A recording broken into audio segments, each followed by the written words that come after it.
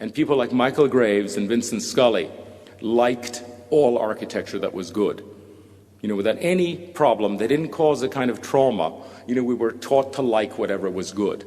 And I'm forever grateful for that, because when I travel, the degree of that which I enjoy, just the sheer pleasure, the smorgasbord of the world is much greater.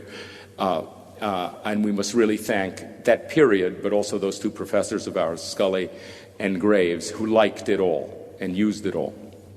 That was very important. And Leo, in case it's not clear, what he taught us was how to be polemical. Those brilliant early drawings of his. And you should know that his collected works are about to be published by, very soon. Dhiru Tadani has edited and laid out the book, and it's this thick. That's how much work Leo has. And it's all instructive, because every one of the things we need to know, from the diagram of a neighborhood to how to build on slopes, has been systematically engaged one after another by Leo. It's a complete body of knowledge. That will come out. And about the Driehaus Award, because it is a collective award, Les alluded to this, because we earned this collectively, it is incorrect if we took the generous award to ourselves and used it personally. So we have arranged to have it donated to a not-for-profit where it will be used to fund as many as 10 books towards the furtherance of this endeavor that we share. And so there'll be an enormous multiplier effect with this award. You'll see the books coming out. And Leo's book will be the first. It was laid out before.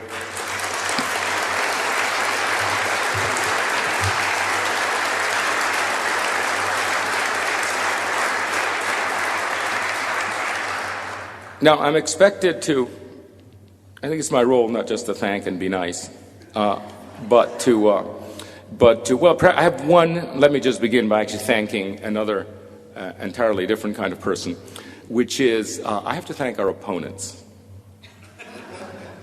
Not only because they've been intelligent enough to engage us at a very high level, but because of their sheer tactical ineptitude.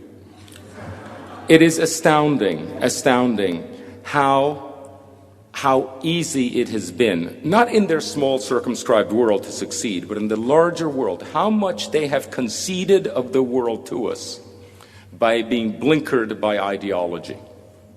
Just amazing. The inflexibility, the fascination by extremely transient elements, the fascination, the performance that they make. Here you have people of the highest talent that actually perform for the good regard of about 6 critics. About 6 critics. And these critics raise them and then throw them down when they're done. And we have already seen in our own time what has happened to brilliant people. Charles Moore, raised and then thrown down. Michael Graves, raised and then thrown down.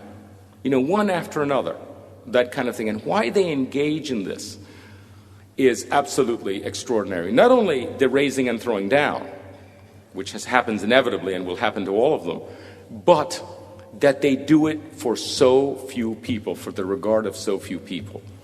And what we do is entirely different, and what we do is important because we do it not for those 6, but essentially for America at large.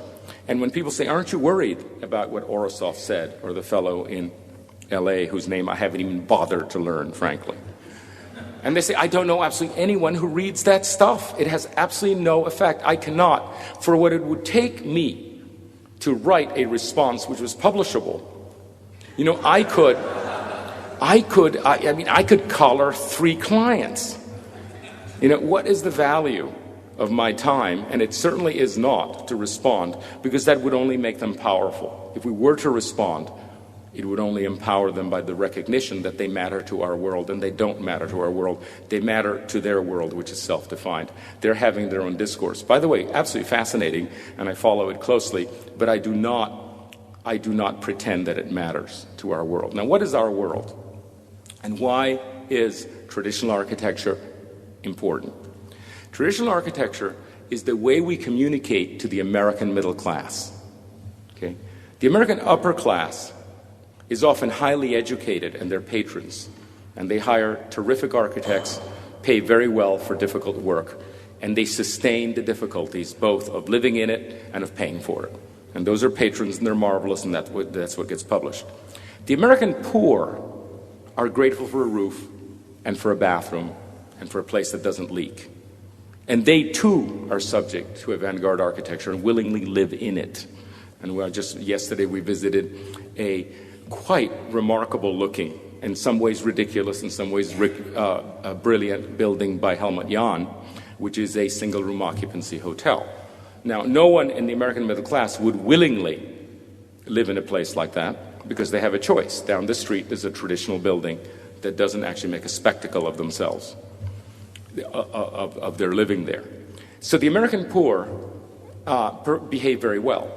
The issue is the American middle class. Now, the American middle class is the one set of consumers of architecture that is never addressed in an architecture school and never addressed in the magazine.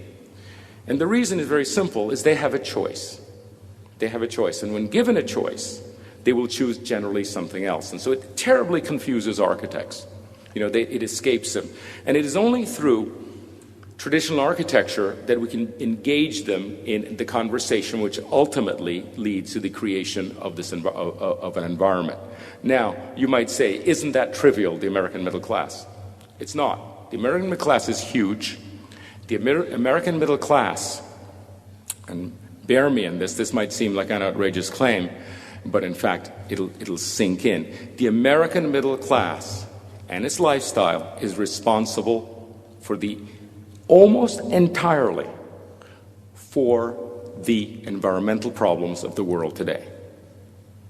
It is the way they live, the way they consume, the way they amuse themselves, the way they drive about, the way they use the land. It is the American middle class, and now its export version to Asia, to India, to Eastern Europe, which is responsible for the environmental problems we have today, i.e. climate change. So when people say, well, you're only working out in rural X in Arkansas, or you're working in the Southeast in the Sun Belt, and you're only doing these communities, what do they matter? They are central to the issue. And we could not do it if you all had not learned to competently provide traditional architecture to permit we, the urbanists, to communicate with them and with the developers. Okay? So what we're doing is terribly important because of the shared language of traditionalism.